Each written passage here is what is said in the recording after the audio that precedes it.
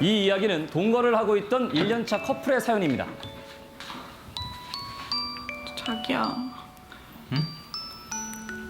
나 임신이야. 임신? 아, 어떡해 진짜. 그렇게 조심했는데. 이렇게 좋은 얘기면서 왜 울상이야? 갑자기 생겨서 걱정돼? 걱정하지 마. 내가 잘할게. 자기한테도 우리 아기한테도. 일단 자기 배부르기 전에 결혼식부터 올릴까? 그래야지. 갑작스러운 임신 소식에 두 사람은 결혼을 서두르는데요.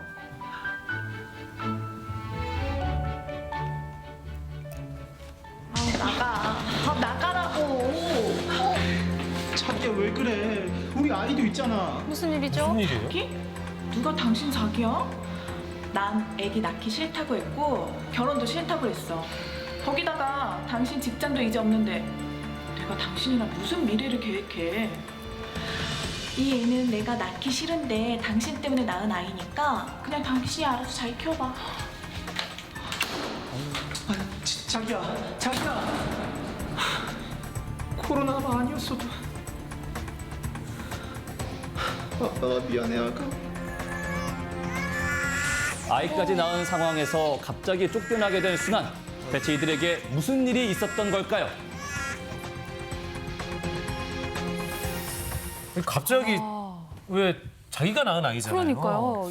이 상상이 좀 안 되는 상황인데요. 이게 무슨 예. 상황인 거죠? 근데 아까 화면을 보니까 뒤에 여성분 뒤에 또 다른 남성분이 계시더라고요. 심지어 좀 잘생겼더라고요. 그러니까요. 예. 설마? 외도인 건가요?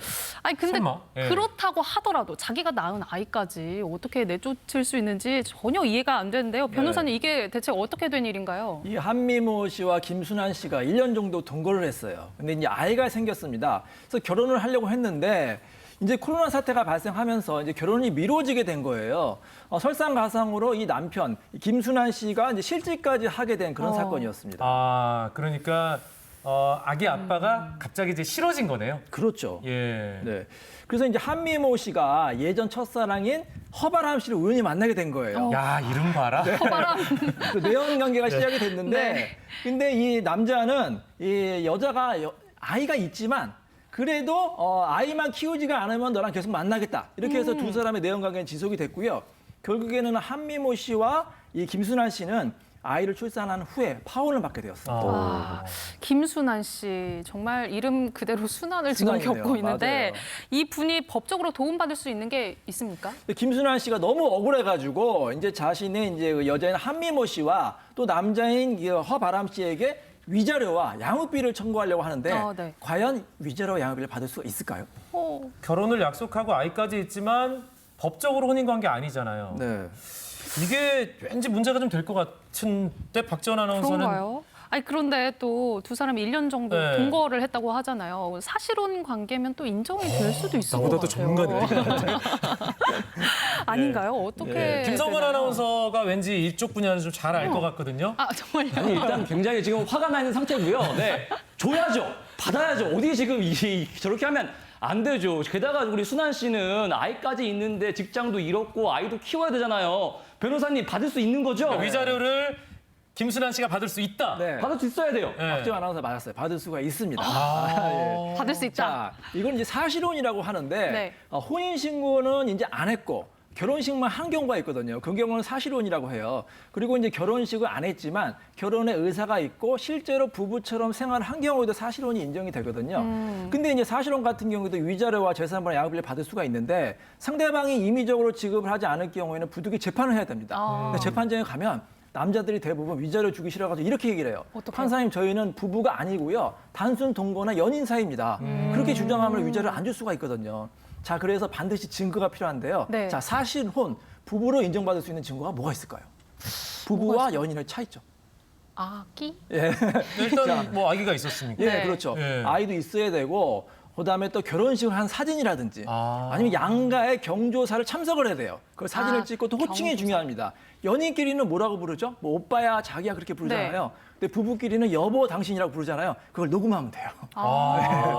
여보 당신. 예, 제가 그리고 또 어떤 사건이 있었냐면 네. 재력가 남편이 있었는데 이제 황혼 이혼을 하려고 했거든요. 사실혼 부부인데 남편이 이제 수십억 원의 재산 분할을 해주기 싫어가지고 단순히 연인 관계라고 주장을 한 거예요. 근데 저희가 증거를 찾다가 뭘 찾았냐면 두 사람이 이제 고급 실버타운에 입소를 하게 됐는데 그 입소 신청서에다가 부부라고 기재한 걸 저희가 찾은 거예요. 그걸 딱 제출을 해가지고 위자료와 재산분할 받을 수 있었습니다. 이야. 역시 능력 있는 변호사네요. 그러니까요. 예. 아니, 그렇다면 김순환 씨 경우에는 네. 위자료 어느 정도 받을 수 있는 건가요? 근데 이제 위자료 금액은 많이 인정되지가 않아요. 우리 법원에서는 이 법률혼 같은 경우에는 위자료 2,000원에서 3,000원 정도, 사실혼 같은 경우에 좀 깎여가지고 한 1,000만 원 정도 받을 수가 있습니다. 1,000만 원 정도. 한미모 씨, 그러니까 아이 엄마에게 위자료를 받을 수 있고요. 네.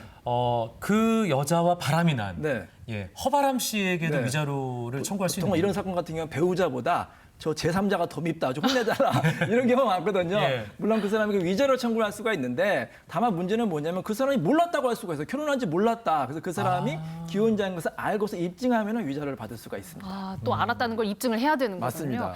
아, 그렇다면 위자료를 받을 수 있다면 양육비도 받을 수 있는 거 아닌가요? 그렇죠. 양육비도 당연히 받을 수가 있는데 그게 더 중요해요, 어떻게 보면. 예. 예. 요즘에 또 양육비 안 주는 또 나쁜 맞아요. 엄마, 나쁜 아빠들이 있잖아요. 이거 양육비를 지급할 사람은 그 사람의 수입과 자녀의 나이에 따라서 최소 금액이 50만 원을 줘야 돼요. 50만 원에서 50, 네. 최대 금액 200만 원까지 매월 성년이 될 때까지 받을 수가 있습니다. 네.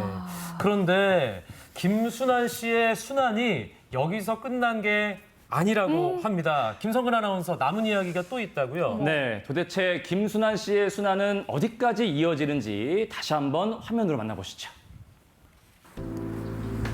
위자료와 양육비까지 모두 받은 김순환 씨, 바람과 미모를 찾아왔습니다. 부탁할게. 우리 아이 병원도 못 가. 그걸 내가 왜 해줘야 돼? 아, 우리한테 돈도 다 받아갔으면서 무슨 염치로 그걸 또 요구하는 거야? 나 받아간 혼자서는 거죠? 출생 신고할 수가 없어. 아, 출생신고. 그래도 네가 낳은 애인데 이 정도 해줄 수 있잖아. 나보고 미혼모가 되라는 거야? 나 바람 씨랑 결혼하기로 했어. 근데 호적에 애를 올리라고? 말이 되는 소리를 해. 우린 이미 돈도 다 줬고 책임질 만큼 책임졌어. 아, 그만 나가줬으면 좋겠어. 아, 돈도 다 돌려줄게. 아, 제발 출생 신고만이라도 하게 해줘. 알아서 해. 부탁할게 제발. 순환이 출생신고를 간절히 부탁하는 이유는 뭘까요?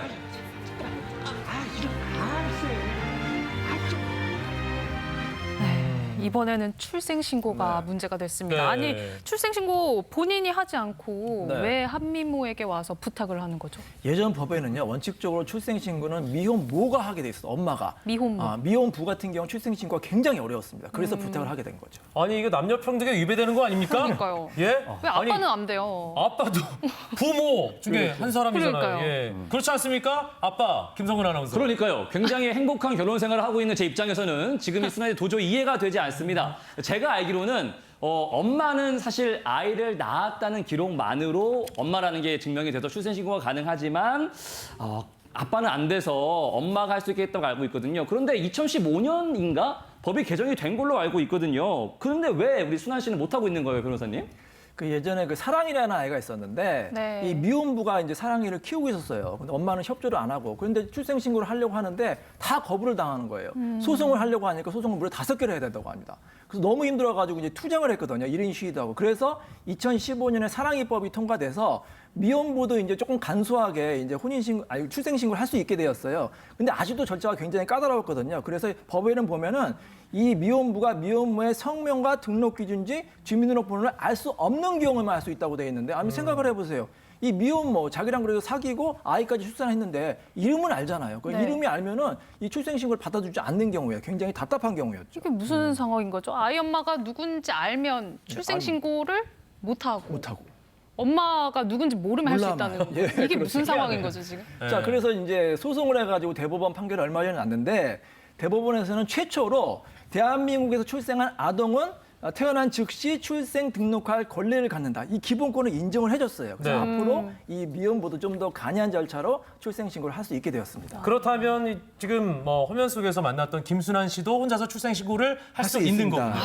예. 예. 우리 대법원이 이 아동과 미혼부의 이 눈물을 닦아준 아주 따뜻하고 속 시원한 판결이었습니다. 예. 네. 김성근 아나운서 어떻게 좀 괜찮아졌어요? 마음에 들어요? 마음이 네, 좀 그나마 편안해졌나요? 마지막 최후의 보루인 출생신고 돼가지고 우리 아이가 이제 병원은 갈 수 있다고 생각하니까 제 마음이 따뜻해집니다. 근데 이런 일은 진짜 없었으면 좋겠네요, 개인적으로는. 그러니까요. 네. 예, 알겠습니다. 김순환 씨 같은 입장에 저는 처해보진 않았습니다만 이런 입장에 처하신 분들은 얼마나 답답하겠습니까? 너무 답답하고 네, 막막하고요. 저희가 오늘은 이제 누구에게나 올 수 있는 그런 상황, 미혼부 케이스를 알아봤습니다. 네. 이인철 변호사님, 오늘 말씀 말씀 고맙습니다. 네, 감사합니다. 고맙습니다.